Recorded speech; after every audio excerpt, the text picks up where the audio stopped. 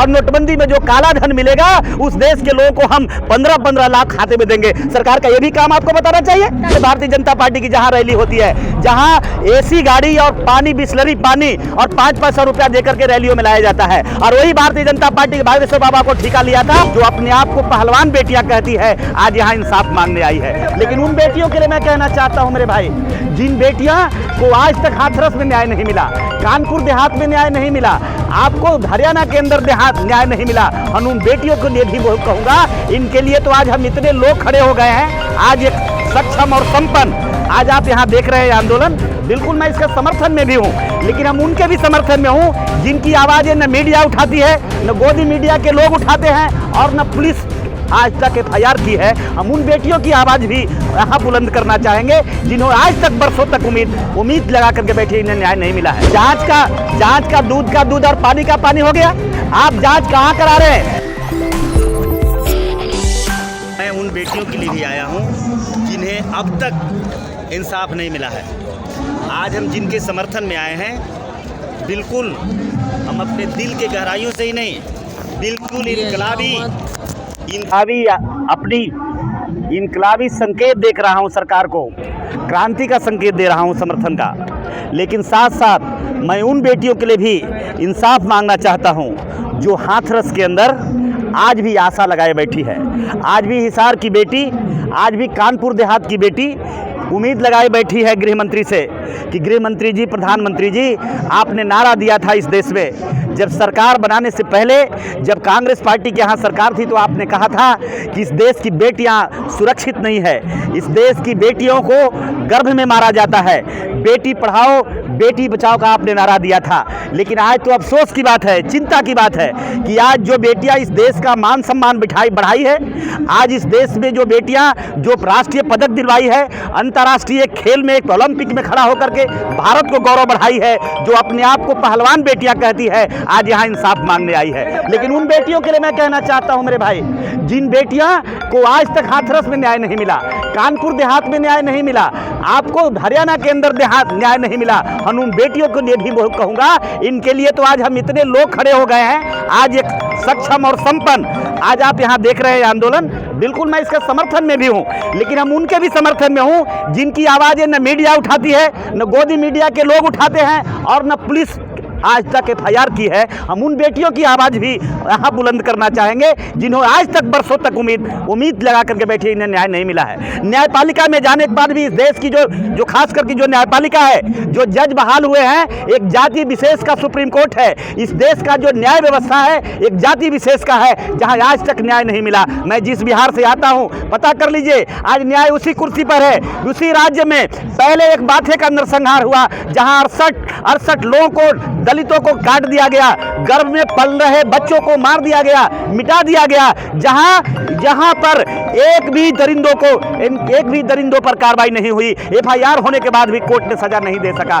लेकिन उसी बगल के एक वो स्वर्ण जाति के गांव में घटना होती है, जहां पिछड़े और दलित को आरोपी बनाया जाता है, जहां 67 लोगों को आज भी फांसी का सजा और उम्र कैद का सजा दिया गया है। हम क्या उम्मीद कर सकते हैं, खासकर ये व्यवस्था से, ये सरकार से और ये न्याय व्यवस्था से? हमें दोनों से उम्मीद नहीं है। मैं इतना ही कहूंगा, किसी से उम्मीद ही नहीं है। नहीं, हम आंदोलन चला रहे हैं, हम यहाँ लड़ाई लड़ रहे हैं कि आज देखिए, ये आपका आंदोलन का नतीजा है, ये आपके मीडिया के लोग जो आप संदेश दे रहे हैं, चाहे वो महंगाई पर आप संदेश दिया है, चाहे आपने नोटबंदी पर दिया है, चाहे कॉलेजियम सिस्टम पर दिया है, चाहे प्रोपटेशन पर दिया है, या सरकार के विफलता 2 करोड़ नौकरी देने पर जो संदेश दिया है, जिसका टेलर आ गया है कि हिमाचल और कर्नाटक दोनों में भारतीय जनता पार्टी का सफाया हो गया है। ये आंदोलन का नतीजा है, ये आंदोलन का परिणाम है। और ये आंदोलन यहाँ जो चल रहा है, सरकार कान में तेल डाल के बैठी है, बड़े आराम से बैठे हैं। आपने देखा होगा, इसी तरह से आंदोलन का आगाज हुआ था, इसी तरह से आंदोलन। सरकार अपना काम कर रही है। सरकार क्या काम कर रही है? नोटबंदी। नहीं, सरकार की नोटबंदी जो कर रही है वो किसके लिए कर रही है, मैं जानना चाहता हूँ। इस नोटबंदी से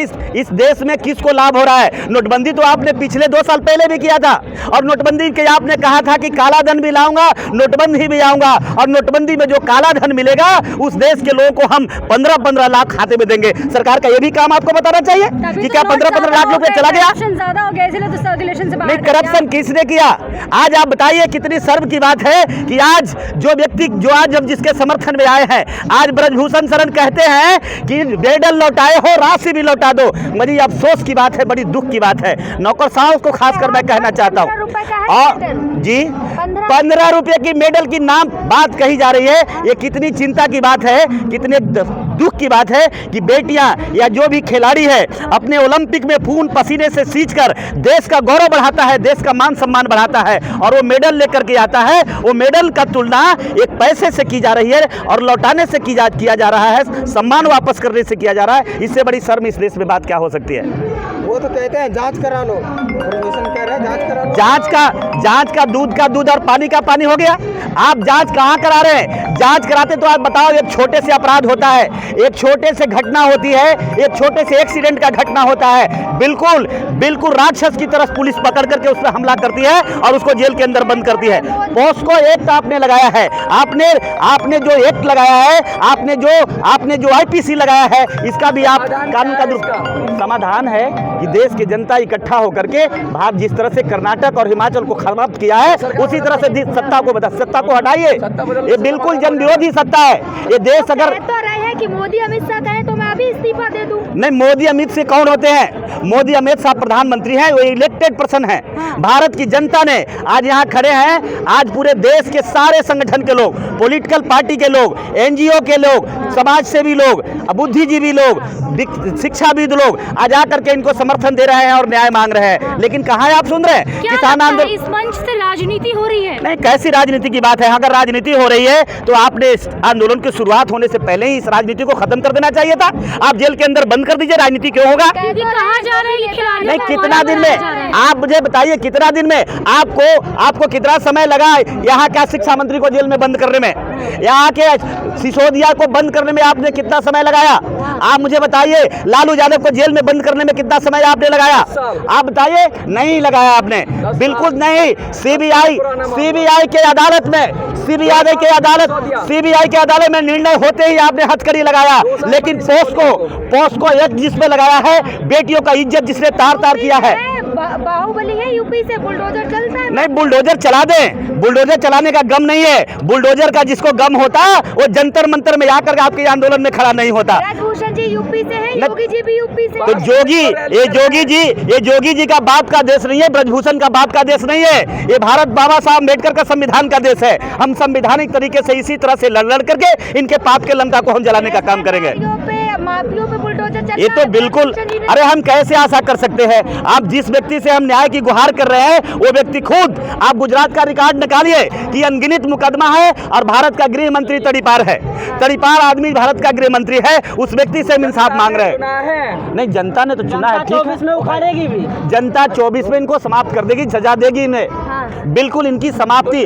अब ये आखिरी सांस ले रही है सरकार। टेलर आ गया है, टेलर आया, पूरी फिल्म 2024 में आ जाएगा। अब धर्म के नाम पर भी इनके बतरनी पार नहीं होने वाली है। बिहार में बाबा बागेश्वर आए तो 10 लाख लोग उनके स्वागत। कौन बोलता है 10 लाख लोग हैं?